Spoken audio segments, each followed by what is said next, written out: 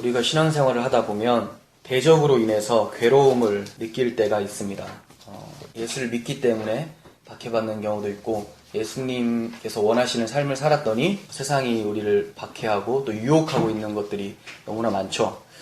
그런데 이러한 것들이 조금만 지나다가 해소가 되면, 해결이 되면 그래도 좀 살만할 텐데, 계속해서 이어지고 있다면, 하루 이틀도 아니고 몇 년 동안 계속 이어지고 있다면 굉장히 괴롭겠죠.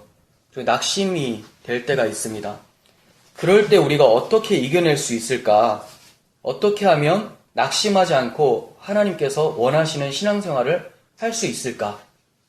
이곳은 천국이라고 하나님께서 말씀하시는데, 주 안에서 천국이라고 말씀을 하시는데, 그 천국을 어떻게 하면 회복할 수가 있을까?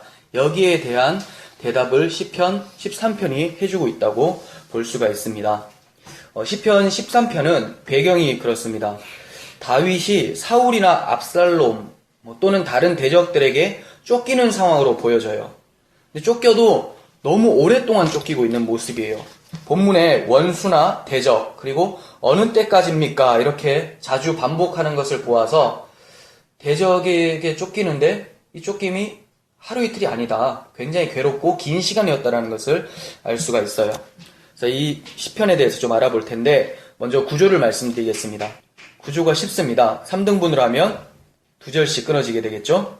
1절에서 2절까지는 다윗이 지금 대적으로 인해서 괴로워요. 자세히 찾아보면 또 대적 때문에 괴로운 건 아니에요. 이따 말씀드리겠지만 이 괴로움으로 인해서 호소를 하고 있습니다.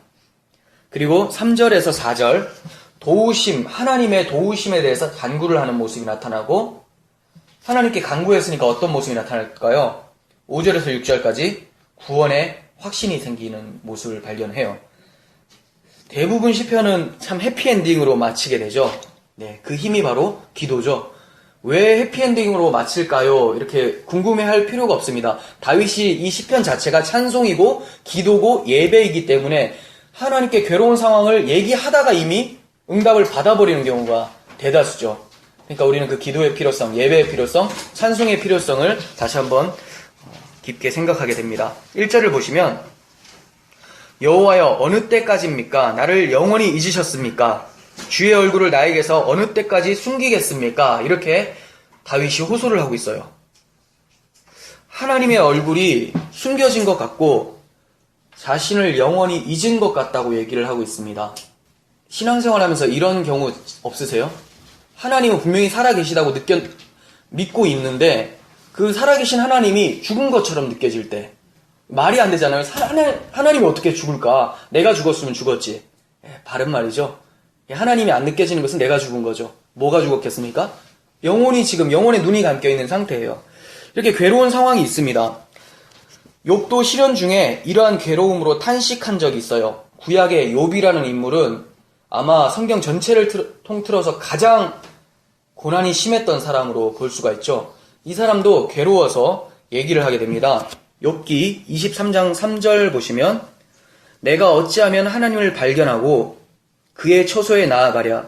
어찌하면 그 앞에서 내가 호소하며 변론할 말을 내 입에 채우고 내게 대답하시는 말씀을 내가 알며 내게 이르시는 것을 내가 깨달으랴. 지금 하나님도 발견 못하고 하나님의 말씀을 깨닫지도 못하고 답답한 모습을 볼 수가 있죠. 8절 보겠습니다. 그런데 내가 앞으로 가도 그가 아니 계시고 뒤로 가도 보이지 아니하며 그가 왼쪽에서 일하시나 내가 만날 수 없고 그가 오른쪽으로 돌이키시나 배울 수가 없구나. 바로 옆에 있어도 알지 못한다라는 거죠. 하나님이 느껴지지가 않아요. 욥이 뭐 때문에 괴로워했습니까? 대적들 때문에? 아니잖아요. 대적들 때문에가 아니라 하나님이 느껴지지가 않아서. 우리는 신앙생활하면서 마치 대적이 나를 공격하면 굉장히 의롭게 핍박을 당한다고 생각하고 하나님 내가 이래도 참습니다. 막 이렇게 하고 있는데 문제는 그런 게 문제가 아니라는 거예요. 다윗이 지금 울부짖는 것이 뭐냐면 대적이 자기를 쫓아와서가 아니라 대적이 쫓아오는데 내가 왜 두려울까요? 이것 때문에 지금 두려워하고 있는 거예요. 이해가 가십니까? 하나님이 나와 함께 하시고 나에게 언약을 주시고 나를 기름 부어 왕으로 세워주신 분인데 그 하나님이 보이지가 않아요. 자기가 왕의 자리에 앉게 된 게 하나님께서 앉혀준 건데 그 힘의 원천이신 하나님의 손이 보이지를 않으니까 당연히 두렵죠. 자기 힘으로 왕이 된 것도 아닌데. 그래서 두려움을 느끼고 있는 거예요. 성경에서 성도들이 해야 될 탄식이라는 것은 바로 이런 거죠. 다른 것들이 아니라 상황과 환경 이런 것들이 아니라 하나님에 대한 부재가 나에게 강하게 느껴질 때 이때 탄식하는 것이 바로 성도의 모습이라는 거예요. 근데 참 이때 탄식할 수 있는 게 참 은혜죠. 아무나 탄식할 수 있는 게 아니에요. 하나님이 느껴지지 않는다고 해서 아무나 탄식할 수 있는 것이 아니란 말입니다. 왜냐하면 탄식할 수 있다라는 것은 이미 하나님의 은혜가 시작이 된 거예요. 하나님의 부재를 느껴버렸기 때문에 불안하다고 느끼는 자체가 하나님의 은혜가 있는 거죠. 하나님은 자기를 찾는 자들에게 만나주신다고 말씀하셨어요. 근데 어떤 자들에게 안 만나주십니까? 하나님이 손을 내밀어도 거절하는 자들, 마음이 완악한 자들.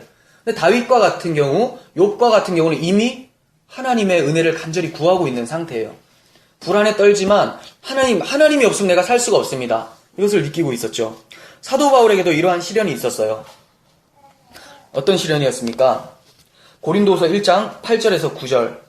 형제들아, 우리가 아시아에서 당한 환난을 너희가 모르기를 원하지 아니하노니 힘에 겹도록 심한 고난을 당하여 살 소망까지 끊어지고 우리는 우리 자신이 사형 선고를 받은 줄 알았으니. 여기까지 보시면 일단 사도 바울은 환경적으로 굉장히 괴로운 상황에 처해졌어요. 사람들이 다 죽이려고 하고 감옥에도 갇히고. 근데 자신의 이런 모습을 돌아보니까 뭐가 힘드냐면 내가 이렇게까지 된 것이 하나님께서 안 계신 것 같다라는 생각이 문득 찾아오는 거예요. 그런데 사도 바울이 뭐라고 고백을 합니까? 깨닫게 된 거죠. 아, 이렇게 나락으로 떨어지게 된 이유는 오히려 하나님을 의지하게 하려고 하신 하나님의 손길이었다. 뒤에 보시면 이는 우리로 자기를 의지하지 말고 오직 죽은 자를 다시 살리시는 하나님만 의지하게 하려 하심이라. 이렇게 말씀합니다. 네, 우리는 신앙생활 하다가 어려운 일들이 찾아올 수가 있어요. 그런데 진짜 어려운 일은 뭐냐? 하나님이 느껴지지 않는 것. 근데 더 큰 어려움은 뭐냐? 느껴지지 않는데도 느껴지지 않는다라는 것을 모르는 때. 정말 위험한 거죠. 이게 바로 불신자라는 거예요. 불신자는 다른 게 아니에요. 왜 하나님은 내게 안 느껴집니까가 불신자가 아니라 하나님은 나하고 계속 계신 거 아니야 하면서 그냥 멍한 상태로 사는 사람들 있죠. 하나님은 정말로 그 사람에 대해서 뭔가를 알려주시기 위해서 숨어버리셔도 이 사람은 숨은지도 모르는 영적 둔감한 상태. 그 상태가 정말 위험한 상태죠. 그럴 때는 하나님이 뭔 교훈을 할 수가 없어요. 하나님 부재가 느껴야지만 자기가 불안에 떨고 생각하게 되고 하는데 분명히 안 좋은 상황인데도 불구하고 하나님이 자기를 여전히 잘 지지해주고 있다고 생각을 하는 거죠. 그러니까 자신의 삶을 돌아보지 않게 되겠죠. 이게 정말 무서운 겁니다. 그런데 이렇게 하나님께서 얼굴을 감추시고 말씀하지 않는 것 같은 시기는 모든 성도들에게 다 발견되어집니다. 그런데 이럴 경우에 우리의 마음은 근심하게 되고 생각은 복잡해지죠. 다윗도 2절에서 나의 영혼이 번민하고 종일토록 마음에 근심하기를 어느 때까지 하오며 하면서 자신의 근심, 자신의 마음이, 자신의 영혼이 번민하고 있다는 것을 말하고 있습니다. 여러 가지 생각이 다 들어오는 거예요. 지금까지 믿어왔던 하나님이 실제하지 않으시는 분인가? 내가 허상을 실상으로 착각했던 것인가? 아니면 하나님은 계신 게 확실한데 나를 싫어하시는 건가? 이런 번민들이 찾아오죠. 하나님의 존재에 대한 의심, 하나님이 계신가 안 계신가에 대한 의심이 찾아오고 하나님이 계시다면 나를 버리신 건 아닐까에 대한 하나님의 속성과 하나님의 약속에 대한 불신이 찾아와요. 어떻게든 이 두 가지는 항상 따라다녀요. 안 따라다닐 수가 없어요. 왜냐? 마귀가 살아있다면, 마귀가 이 세상에 살아있다면 당연히 하나님 나라 갈 때까지 무엇을 흔들겠습니까? 우리 영혼은 빼앗아갈 수 없잖아요. 그러니까 우리의 사고는 빼앗아갈 수 있어요. 헷갈리게끔. 끊임없이 하나님이 계신가 안 계신가, 하나님은 나에게 약속하셨는데 그 약속을 어기시는 분이 아닐까? 이런 생각을 하게 만든다는 거죠. 우리 모두는 다 이런 데 노출이 되어 있습니다. 그리고 더 괴롭게 하는 것은 대적들이 하나님이 도대체 뭐 하시냐고, 하나님이 살아계시다면 너를 가만히 이렇게 두겠냐고, 아니면 너를 사랑하지 않는 거 아니냐 하면서 조롱하고 스스로 자만하는 모습들을 볼 때 우리는 굉장히 괴롭죠. 불신자들이 여러분들에게 막 공격할 때도 너 하나님이 계신데도 뭐 그러냐 이럴 때, 그게 아닌 거 아는데 하나님께서 계시다고 해서 내 삶이 환경적으로 경제가 더 나아지던가 아니면 건강이 더 좋아지던가 그럴 수도 있지만 항상 그런 건 아니잖아요. 하나님 거기에 초점을 두시는 분이 아니니까 영혼의 생명에 대해서 관심을 두시는 분인데 마치 이 세상의 것, 자기들이 생각하는 것들이 없으면 기독교인들을 굉장히 무능하다고 보고 기독교의 하나님은 없다고 많이 생각을 하죠. 이럴 때 우리는 참 답답합니다. 공격을 당하게 돼요. 2절 하반부에 보시면 내 원수가 나를 치며 자랑하기를 어느 때까지 하리이까 이렇게 자신이 당하는 어려움은 참아낸다고 해도 그 모든 사상에 하나님이 없다라고 하는 불신자들의 사고 그리고 너희 하나님이 이제 어디 계시냐 하고 조롱하며 거만하게 행동하는 것은 성도가 참기가 굉장히 힘듭니다. 다윗이 왜 골리앗을 때려 눕혔습니까? 자기가 기분 나빠서? 아니요. 너는 이스라엘 하나님의 군대를 모욕한다 이랬어요. 내가 모욕하는 하나님의 군대 이름으로 내가 나아간다 해서 그를 죽이는 거예요. 개인적인 사사로운 감정이 아니에요. 나를 어떻게 보고 내가 더 공부를 더 잘할 수 있었는데 나를 어떻게 보고 내가 돈을 더 많이 벌 수 있었는데 나를 어떻게 보고 이게 아니라 우리 하나님을 네가 어떻게 지금 생각하냐. 네가 생각하는 가치관에서 내가 완성된 모습처럼 안 보이니까 하나님을 지금 비아냥거리는데 네가 어떤 존재인지를 모르고 지금 거만하게 행동하고 있구나. 이렇게 마음이 들 수밖에 없죠. 그러니까 당연히 괴롭고 그런데 이게 하루 이틀이 아니에요. 만약 이런 대적들이 여러분 옆에서 계속 따라다니면서 여러분들이 요단강 건널 때까지 주님 나라 건널 때까지 옆에서 임종해서 이제 하나님 나라 가기 전까지 귀에서 이제 포기해. 이러면 얼마나 괴롭겠습니까? 그래서 다윗이 그래서 어느 때까지입니까? 아니 떨어지질 않는 거예요. 이런 사람들이. 안 떨어져요. 이런 사람들 안 떨어집니다. 그리고 이런 사람들은 떨어져도 이런 사고들의 유혹은 안 떨어져요. 왜? 이 세상이 멸망하기 전까지는. 이 세상의 가치관이 있잖아요. 돈이 최고인 가치관, 사람이 최고라고 생각하는 그 가치관. 그 가치관이 무너지려면 이 세상이 무너져야 되고 이 세상 모든 사람들이 다 멸망을 당해야 되는 부분인데 불가능하죠. 지금까지는. 우리가 살아있는 동안에는 불가능해요. 그렇기 때문에 이 공격은 계속 있습니다. 그래서 다윗은 하나님께 간구해요. 간구할 수밖에 없는 상태죠. 괴로워 죽겠는데. 3절 여호와 내 하나님이여 나를 생각하사 응답하시고 나의 눈을 밝히소서 두렵건대 내가 사망의 잠을 잘까 하오며 네 무엇을 간구합니까? 나의 눈을 밝히소서. 네 생각해보면 성도들이 번민하고 근심하는 것은 눈이 어두워서 보지 못하는 경우가 많습니다. 예를 들면 구약성경에 열왕기하를 보시면 그 아람 군대가 엘리사를 잡으려고 밤중에 군사와 말과 병거로 성을 에워쌌었어요. 근데 엘리사의 사환이 이것을 보고 벌벌 떨면서 아, 내 주여 우리가 어찌하리까 하면서 막 절망하고 있어요. 그때 엘리사가 이렇게 얘기를 합니다. 두려워하지 말라. 우리와 함께한 자가 그들과 함께한 자보다 많다. 이렇게 얘기해요. 이게 무슨 말이에요? 사환은 눈이 멀었다는 말입니까? 엘리사는 지금 대적들보다 더 많은 자기 편을 보고 있는데 엘리사의 사환은 못 보고 있다는 말이죠. 그래서 엘리사가 하나님께 간구하기를 그의 눈을 열어서 보게 하옵소서 이렇게 간구합니다. 낭망하던 사환은 불말과 불병거가 산에 가득하여 엘리사를 둘러있는 것을 보게 됩니다. 하나님께서 눈을 열어서 보여주게 되는 거죠. 이게 무엇일까요?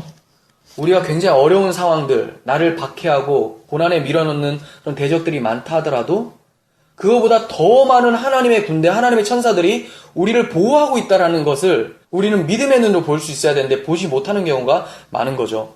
엘리사는 봤어요. 근데 엘리사의 사환은 못 보고 있어요. 우리가 두려워 떤다면 엘리사의 사환의 영성인 거죠. 우리 믿음이 그 정도라는 거예요. 근데 엘리사보다 우리는 더 큰 믿음을 가질 수밖에 없는 구조를 가지고 있어요. 논리적으로는. 왜냐하면 엘리사는 하나님께서 계시해 주실 때만 음성이 들려지고 뭐가 보여지고 했는데 우리는 이미 계시의 완성체인 성경이 항상 있어서 언제든지 자기 전에도 아침에도 늘 볼 수가 있는데도 궁금해하지 않죠. 만약에 하나님께서 직접 말씀하신다고 하면 여러분 엄청 기도하실걸요? 그 신비주의자들이 왜 기도를 많이 하는 줄 아세요? 말씀하신 거 들어보려고 엄청 하죠. 근데 말씀해 놓은 것에 대해서는 관심이 없는 게 우리들의 실상이라는 거예요. 영적 실상. 우리들의 눈이 열려야 됩니다. 사도 바울은 로마 감옥에 있을 때에도 감옥에 자신이 갇혔는데도 오히려 밖에 있는 성도들을 위해서 간구를 합니다. 세상 사람들이 보거나 밖에 있는 사람들이 볼 때는 정신병자죠. 밖에 있는 사람들이 누구를 위해서 지금 기도하겠어요? 바울 꺼내달라고 기도하고 있는데 바울은 저 사람들이 믿음이 있어야 될 텐데 이렇게 기도하고 있는 거죠. 비정상이에요. 예. 그러니까 믿음의 논리는 세상의 논리에 봤을 때 비정상적인 논리가 맞아요. 그러니까 논리적인 구조로 하나님을 믿는 건 아니죠. 하나님의 은혜가 들어와서 믿음이 생기고 이제 그게 논리적으로 이해가 되는 거예요. 사도 바울이 어떻게 기도를 합니까? 에베소서 1장 17절 보세요. 우리 주 예수 그리스도의 하나님, 영광의 아버지께서 지혜와 계시의 영을 너희에게 주사 하나님을 알게 하시고 너희 마음의 눈을 밝히사 그의 부르심의 소망이 무엇이며 성도 안에서 그 기업의 영광의 풍성함이 무엇이며 그의 힘의 위력으로 역사하심을 따라 믿는 우리에게 베푸신 능력의 지극히 크심이 어떠한 것을 너희로 알게 하시기를 구하노라. 아멘. 바울이 감옥 밖에 있는 우리 눈으로 볼 때 자유로운 영혼들에게 이들이 정말 자유롭게 되기를 기도하고 있어요. 자기는 분명 옥에 있지만 자기는 주 안에서 자유롭다고 외치고 있고 주 밖에 있는 그러니까 감옥 밖에만 있는 것이 아니라 주 밖에 있는 사람들에게 주 안에 제발 있게 해달라고 간구하고 있어요. 그들의 마음의 눈을 밝혀서 그들이 받은 소망이 무엇인지 성도 안에 기업의 영광이 풍성함이 무엇인지 하나님께서 우리에게 베푸신 능력이 얼마나 큰지를 그들이 알기를 원한다. 이렇게 얘기를 하고 있죠. 그렇습니다. 다윗도 자신이 근심하는 이유를 알았던 거예요. 그래서 자기의 눈을 열어서 보게 해달라고 하는 거죠. 문제가 뭡니까? 눈이 닫혀 있어서 그렇다는 거예요. 환경과 상황은 우리의 생명이 다하는 날까지 끝까지 우리를 공격할 것입니다. 하지만 근심하게 되는 것은 환경 뒤에 계신 하나님의 크신 손을 보지 못하고 있기 때문이죠. 다윗은 자신의 눈을 열어 하나님을 보게 해달라고 간구했던 거예요. 성도는 이 지옥 같은 세상에서 천국을 살아가는 사람들이에요. 그런데 천국이 아닌 지옥을 살아가는 사람들도 있어요. 성도인데도 불구하고. 그게 왜 그렇습니까? 성도인데도 불구하고 믿음이라는 눈이 닫혀버렸기 때문에 믿음이 연약해지니까 하나님을 보지 못하는 거예요. 환경과 상황이 펼쳐지면 그 뒤에 그 모든 것을 연출해 나가시는 하나님, 연출자이신 하나님은 발견하지 못하고 그 환경, 그 연극이 진짜 연극인 줄 알고 거기에 빠져들어서 벌벌 떠는 거죠. 그러니까 이 세상은 지옥인데 하나님 안에 있으면 천국을 살아야 되는데 하나님을 놓치고 있으니까 지옥에 밀려 살아가게 되는 거예요. 실상은 천국인데 지옥을 사는 거죠. 이러한 자들은 주님께서 눈먼 자들이다 이렇게 말씀하셨어요. 주로 누구에게 말씀하셨던 것 같습니까? 눈먼 자들, 바리새인, 서기관, 대제사장 이런 사람들. 신앙생활하면서 충분히 눈이 멀 수가 있습니다. 근데 다윗은 눈이 멀었음에도 불구하고 자기가 눈 멀었다는 사실을 알죠. 더 안타까운 것은 처음에 말씀드린 것처럼 자기가 눈이 멀었는데도 눈먼지를 모르고 간구하지 않는 사람들. 그런 사람들이 어떻게 하면 그런 사람들이 될까? 종교적 행위를 굉장히 열심히 하면서 그 행위가 나는 이 정도면 하나님께 괜찮을 것 같다라고 하는 그런 사고를 가지게 되면 눈이 멀게 돼요. 자기가 눈이 멀어서 하나님을 못 보고 있는데도 나는 예배를 빠지지 않고 잘 나가고 있으니까 나는 하나님을 잘 믿고 있다라고 생각하는 경우. 우리는 나가니까 잘 믿고 있는 게 아니라 하나님의 은혜로 날 잘 믿게 하시니까 나가는 거죠. 순서가 달라요. 근데 뭔가를 자기 행동에 굉장히 가치를 부여하면서 자기를 높일 때 진짜 눈 멀어버렸다라는 사실을 알지 못하고 살아가는 경우가 태반인 거죠. 바리새인들이 그랬었어요. 세상 사람들이 다 존경했었죠. 기도 열심히 하죠. 율법 잘 지키죠. 말씀 많이 알죠. 그러니까 사람들이 당신은 선생입니다. 이렇게 줄줄 따라다니니까 자기가 눈먼지를 몰라요. 근데 그런 사람들을 주님께서 뭐라고 하십니까? 독사의 새끼들아 이렇게 말씀하셨어요. 너무나 큰 충격이죠. 근데 자기가 독사의 새끼들아 이렇게 주님께서 말씀을 하셔도 내가 지금 독사의 자식의 사고를 하고 있었구나. 이걸 알지 못하는 거예요. 다윗 같으면 금방 알죠. 지금 상태에서. 자기가 눈 멀었다는 걸 인식하니까. 근데 이 사람들은 얘기를 해줘도 몰라요. 얘기를 하니까 어떻게 합니까? 내가 눈이 안 멀었는데 네가 멀었다고 하구나 하면서 십자가를 만드는 거예요. 이렇게. 이제 달자. 이렇게. 거기 원래 누가 달려야 됩니까? 눈먼 자기가 달려야 되는데 주님을 달아버리는 거죠. 주님께서 이런 자들을 눈먼 자라고 표현하시는데 마태복음 26장 16절 보겠습니다. 화 있을진저 눈먼 인도자여 너희가 말하되 누구든지 성전으로 맹세하면 아무 일 없거니와 성전에 금으로 맹세하면 지킬지라 하는도다. 또 26절 눈먼 바리새인이여 너는 먼저 안을 깨끗이 하라 그리하면 겉도 깨끗하리라. 속은 생각하지 않고 거칠에만 계속하죠. 예. 그리스도 하나님의 사랑, 그리스도의 생명은 없는 상태에서 행위만 계속 드러나는 거예요. 그러니까 자기 안에 생명이 없다라는 것을 더 인지하지 못하는 거죠. 아예 그럴 때는 먼저 멈춰서고 자신이 어떠한 존재인지를 먼저 자각하는 게 필요한데 계속해서 바쁘다 보니까 몸은 바쁜데 머리는 멍해지는 상황. 하나님을 보지 못하는데 보고 있다고 착각하는 사람들이 생겨나기 시작한다는 거예요. 여러분, 주님께서 우리들에게 바리새인에게 말씀하셨던 눈먼 인도자여, 눈먼 자들이여 이런 말씀을 하지 않았으면 좋겠습니다. 이 상태가 지옥의 상태입니다. 그래서 다윗은 3절 하반부에 두렵건대 내가 사망의 잠을 잘까 하오며 이렇게 얘기하는 거예요. 이게 지옥이기 때문에 주님을 알지 못하고 주님이 보이지 않는 것이 지옥이기 때문에 사망의 잠을 잘까 하오며 탄식하고 있는 겁니다. 우리들의 눈이 열려지기를 소원합니다. 다윗이 또 두려워하는 것이 있습니다. 4절 두렵건대 나의 원수가 이르기를 내가 그를 이겼다 할까 하오며 내가 흔들릴 때 나의 대적들이 기뻐할까 하나이다. 네, 이것은 앞서 말씀드린 대로 단순히 다윗 자신이 지는 것이 치욕스럽기 때문에 두렵다라는 말이 아닙니다. 자신의 구원자이신 하나님의 이름이 욕되게 되는 것이 두렵다는 말이죠. 어떤 경우에 대적이 내가 이겼다 이렇게 말하면서 기뻐하고 승리의 쾌가를 부를 수가 있을까요? 어떤 경우에? 다윗이 얘기한 거 한번 보세요. 어떤 경우에 그렇게 할까 두렵답니까? 내가 흔들릴 때 어찌할 바를 모르고 두려워 떠는 상태에 대적들은 기뻐하며 승리를 자축한다고 얘기를 하고 있어요. 그러니까 성도들이 믿음이 없어서 하나님을 찾지 못하고 막 불안에 떨 때 대적들은 오히려 그것이 자기의 힘으로 삼고 기쁨을 누리고 있는 거죠. 예수님께서 십자가에서 죽으실 때 흔들리셨다면 십자가 위에 함께 달린 강도 둘이 있었는데 둘 다 예수님을 비난하고 조롱했을 거예요. 근데 주님께서는 두려워 떠신 것이 아니라 본인의 사명임을 인식하고 오히려 저들을 용서하소서 이렇게 기도를 하셨어요. 하나님께. 그랬더니 그것을 보고 둘 중에 한 강도가 당신의 나라가 임하실 때 나를 기억하소서 이렇게 얘기를 합니다. 기독교인은 예수 그리스도의 생명이 있기 때문에 그리고 그리스도의 생명을 받았다면 당연히 그리스도께서 하셨던 사역을 우리들도 하게 되는 거죠. 그렇다면 주님께서 보여주셨던 그 모습을 성도들에게도 발견할 수 있어야 된다는 말이에요.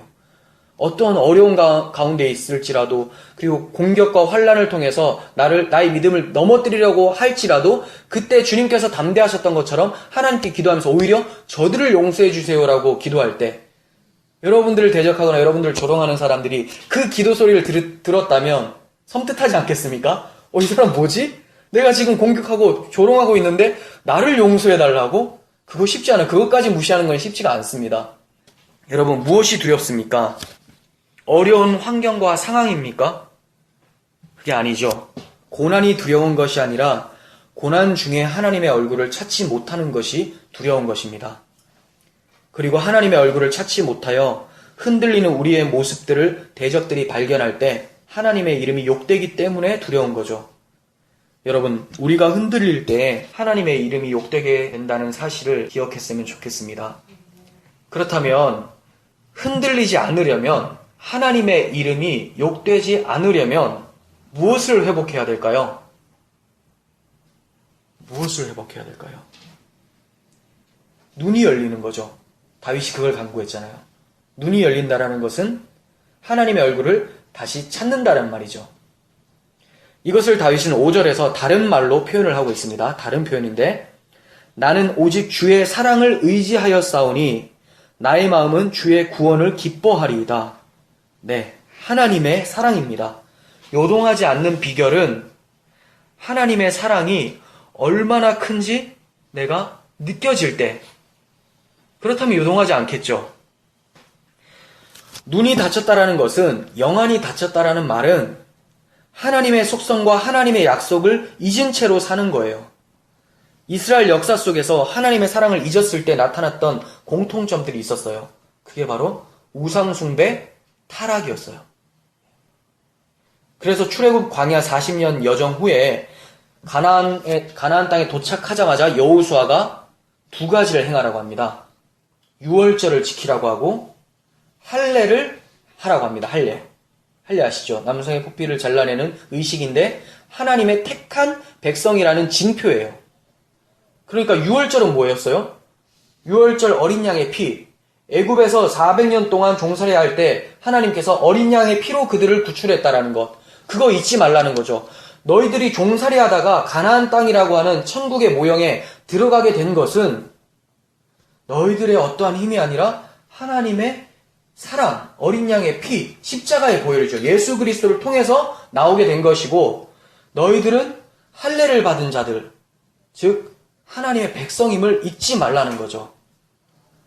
이것을 우리가 기억할 때 흔들리지 않죠. 어려운 상황이 닥쳐와도 흔들리지 않는 것은 하나님의 사랑, 하나님의 언약을 믿을 때 가능한 것입니다. 예수님께서 오시기 전에 400년 동안 아무 계시도 없었어요. 그 마지막 책이 뭐냐면 말라기서예요. 말라기 선지자가 외치고 나서 400년 동안은 아무 계시가 없었어요. 계시가 종결된 것 같았어요. 왜 그랬을까요? 이들의 마음이 강팍했기 때문에. 왜 강팍해졌겠습니까? 하나님의 사랑을 잊었기 때문에. 이들의 모습에 대해서 말라기 1장 2절은 말하고 있습니다. 여호와께서 이르시되 내가 너희를 사랑하였노라.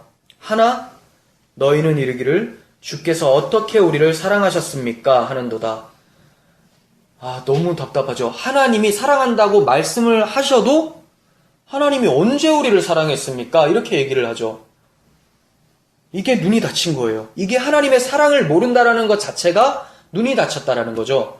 여러분, 교회 와서 눈이 열린다라는 말은 뭐냐면 교회에 와서 하나님께서 여러분들을 얼마나 사랑하시는지를 알아가는 것이 눈이 열리는 거예요. 다른 것이 아니라 어떤 사람들 딱 보니까 이 사람이 좀 귀신의 영향을 받고 있는 것 같아. 이 사람이 이 정도면 방언이 막 잘 터질 것 같고, 이런 거 보는 게 영안이 아니라 자기가 마음에 하나님의 사랑이 얼마나 큰지를 잘 인식하는 것, 이게 눈이 열린 거죠. 하나님을 아는 건데. 하나님의 사랑을 의심하는 것보다 하나님을 슬프시게 하는 것은 없습니다. 하나님께서 우리를 너무나 사랑하시기 때문에 자기 아들까지 내어주셨는데 그 사랑을 모르고 살아요. 내가 내 아들을 이렇게 너를 위해서 십자가에 달았어 하면서 데리고 오세요. 막 피 묻은 그리스도의 십자가를 가지고 우리 앞에 오시는데 우리는 이렇게 말하는 거죠. 하나님 우리 언제 사랑했어요? 이게 뭔 상관이에요? 이 십자가가 뭔 상관이에요? 이렇게 말하는 거죠. 마치 범죄 후에 동산 나무 사이로 숨은 아담과 하와의 때처럼 이런 모습을 띠고 있습니다. 선악과를 먹지 말라고 하신 것은 그들에게 영생이신 하나님만 바라보며 살 수 있도록 해준 거예요. 축복이죠. 십자가를 들이밀면서 내가 너를 위해서 죽였어 라고 한 말은 하나님의 사랑의 표현인데 알지 못하는 사람들이 있다고 했죠. 근데 이게 선악과를 하나님의 사랑으로 바라보지 못하는 것 자체가 이와 같다라는 겁니다.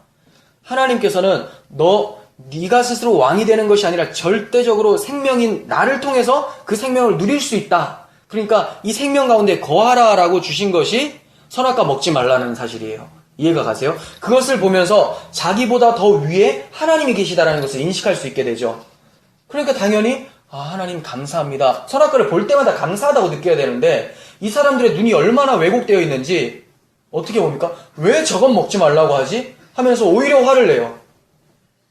이것은 뭐냐면 하나님보다 자기가 더 위에 있고 싶어하는 마음인 거죠. 이게 우리는 자유라고 생각을 합니다. 근데 이게 자유가 아니에요. 이건 뭐냐? 자기 자신이라고 하는 피조물, 아파르, 흙이라고 하죠. 가치 없음. 이게 인간이 처음 만들어진 재료인데 이것에 종이 되어버린 상태죠. 가치 없는 상태에 매여 있어요. 나라는 자아에 탁 달라붙어가지고 하나님을 잃어버렸어요. 우리는 하나님 없이는 아파르예요. 그냥 흙입니다. 하나님이 계실 때 우리를 하나님의 아들이라고 하는 거지, 하나님 밖에 있으면 그냥 흙이죠. 흙. 근데 이 흙이 하나님을 이기려고 합니다. 그래서 하나님께서 선악과를 먹지 말라 한 것에 대해서 왜 먹지 말라 합니까? 이 말은 십자가를 앞에 보여줘도 이 십자가 나하고 무슨 상관입니까? 이 말이고, 말라기서 1장 2절에서 내가 너를 사랑하였노라 라고 했지만 주님이 언제 나를 사랑했습니까? 이렇게 말하는 것과 같다는 말이에요. 이해가 가십니까? 다윗은 하나님의 사랑에 대해서 다시금 확신하며 의지하고 있습니다. 그랬더니 찾아오는 것이 있습니다. 기쁨이죠. 무슨 기쁨? 주의 구원의 기쁨. 나의 마음은 주의 구원을 기뻐하리이다. 이 구원의 기쁨은 참으로 놀랍습니다. 환경과 상황의 지배를 받지를 않아요. 왜 그러냐면 다윗이 지금 뭔가 대적들이 사라졌을까요? 똑같아요. 지금 4절에서 5절, 6절로 넘어갈 때 아무 설명이 없습니다. 갑자기 대적들이 사라졌습니다. 이런 말도 없고 바로 내가 주의 사랑을 의지하니 주의 구원을 기뻐하게 됐습니다. 이렇게 얘기하고 있어요. 환경은 그대로예요. 근데 다윗의 문제점은 해결이 되어버렸습니다. 세상 사람들이 바라보고 있는 문제는 해결이 안 됐어요. 근데 다윗이 바라보고 있었던 문제점은 해결이 됐어요. 세상 사람들이 바라보고 있었던 문제점은 뭘까요? 대적들이죠. 근데 다윗은 뭘 문제라고 생각했을까요? 대적이 찾아올 때 하나님이 보이지 않는 것이 문제라고 생각했던 거죠. 근데 대적은 그대로 있는데 하나님이 이제 보여줬어요. 하나님의 사랑이 막 느껴졌어. 막 구원으로 기뻐하는 거예요. 이게 그리스도인의 기쁨이고 그리스도인의 힘이에요. 환경이 아무리 우리를 옥죄고 넘어뜨리려고 해도 그리스도의 사랑이 느껴지면 여기서 자유하게 되죠. 그래, 죽여라. 죽여도 내 영혼은 죽이지 못한다라는 담대함이 생겨나는 거예요. 하박국 선지자도 자기의 삶에 아무것도 없어도 하나님으로 기뻐한다고 얘기를 한 적이 있습니다. 하박국 3장 17절 보겠습니다. 한번 자세히 천천히 한번 읽어보셨으면 좋겠어요. 우리가 이 찬양이 빠른 찬양으로 많이 인식을 하잖아요. 노래할 때, CCM 노래할 때. 그러니까 가사를 쉽게 지나치고 마는데 지금 이 상태는 거지의 상태예요. 한번 보세요.